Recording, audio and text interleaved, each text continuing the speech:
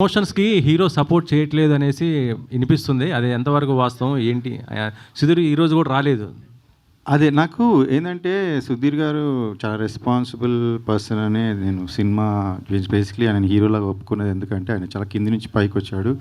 ఆయనకి ఎప్పుడు పెట్టలేని బడ్జెట్ పెడుతున్నాము కాబట్టి హీల్ డూ జస్టిఫికేషన్ అనుకొని సెలెక్ట్ చేశాము. ఆయన మంచి ఫ్యామిలీ నుంచి కూడా వాళ్ళ పేరెంట్స్ మంచోళ్ళు, అప్‌బ్రింగింగ్ మంచిది. సో, నేను I'm believing that he'll come. ఎందుకంటే, మేము ఎక్కువ రోజులు వెయిట్ చేయలేదు. చాలా రోజులు ఇప్పుడు సినిమాని ఆపి దాన్ని కరెక్ట్ చేసుకొని ఫినిష్ చేయడానికి మాకు టైం పట్టింది. అందులో మళ్ళీ ఇప్పుడు ఛాంబర్‌లో ఇష్యూ ఉంది. ఆ ఛాంబర్‌లో వాళ్ళు డిసిషన్ తీసుకునే వరకు నేను ఎక్కువ డిస్క్లోజ్ చేయలేను.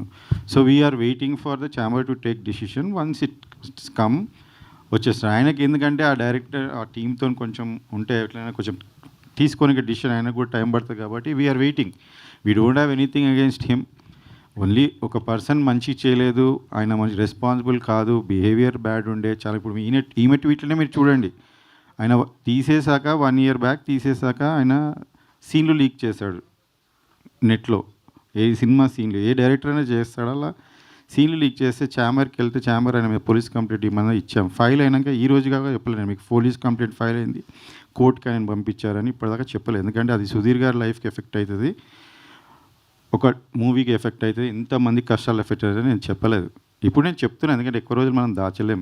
అలాంటివి ఆయన ఒక 1 ఇయర్ కంప్లైంట్ ఇచ్చి మనం అది చేసినా 1 ఇయర్ నుంచి సినిమా ఏ విషయంలోనే ట్రోల్ చేస్తున్నారు మీరు చూడండి.